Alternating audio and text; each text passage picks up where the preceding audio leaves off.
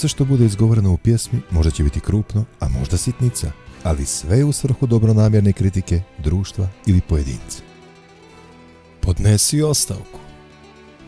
Nisi ti biran da vladaš, ako to uopšte možeš da skužiš, već si biran da svim građanima svoje zemlje služiš.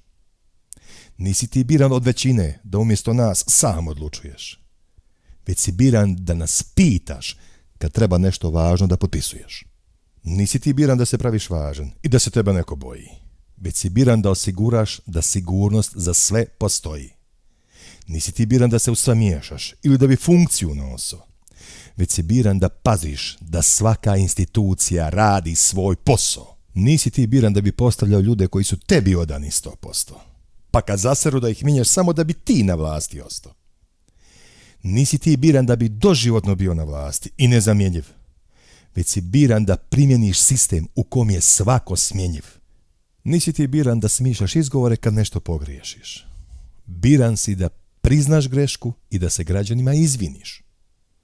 Zato podnesi ostavku i odgovaraj za sve svoje greške. Da nevini opet ne bi stradali ili trpjeli posljedice teške.